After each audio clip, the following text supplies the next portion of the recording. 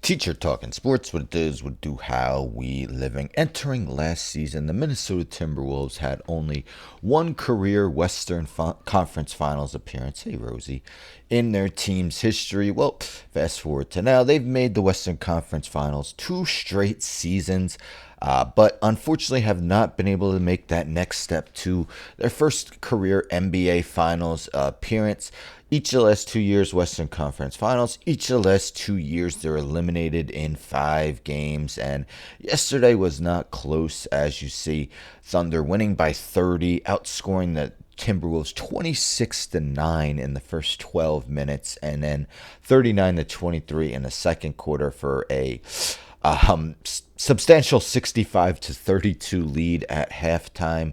And Anthony Edwards, of course, we've seen memes and stories on all the excellent players he has eliminated in the playoffs the last 2 years, but not the best Western Conference Finals for him, ending with a 7 for 18 game, 1 of 7 from 3-point range, minus 29 in his 39 minutes. So now the Timberwolves need to focus on the offseason. What do they have to do to make that last step to finally reaching their first NBA Finals in franchise history? Well, it was a few days ago that Brian Windhorst spoke on the Timberwolves. This was before they were eliminated, so he was on Pardon My Take, and he had this to say: well, I don't think they can keep this team together. The core, they can, but so Julius Randle's a free agent, Nickeil Alexander-Walker is a free agent, and Naz Reid is a free agent. He's an opt-out, which I'm sure he's going to take, and his contract is very large. I would be surprised if they would be able to re-sign all 3 guys. I suppose they could trade another player off to keep them. Maybe they can. I mean, I don't know, but I would be kind of surprised if they could afford all 3. So yes, he mentions Naz Reid has an opt-out. It's for a $15 million player option. Of course, he has been one of the most productive sixth men in the league the past couple seasons. Won the Sixth Man of the Year in 2023-24. Finished 5th in voting this past year. Julius Randle is a $31 million player option, and the way he performed sometimes in this postseason, you would think maybe it would be wise for him to opt out. Although there are very few teams with cap space, so if he were to opt out and look for greener pastures elsewhere, he probably would have difficulty doing so.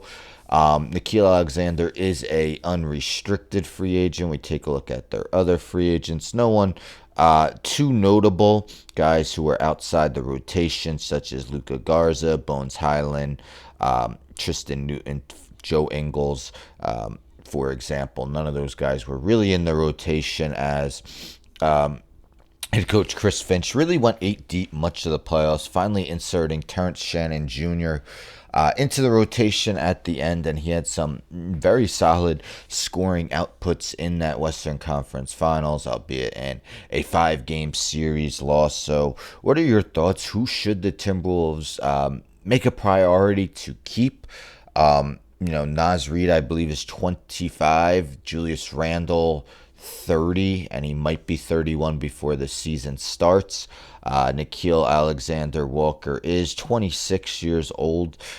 So if I had to predict, I would probably say that Alexander Walker is the most likely to walk, and he was one of the 3 key pieces off the bench for Minnesota, along with Naz Reid and Dante DiVincenzo.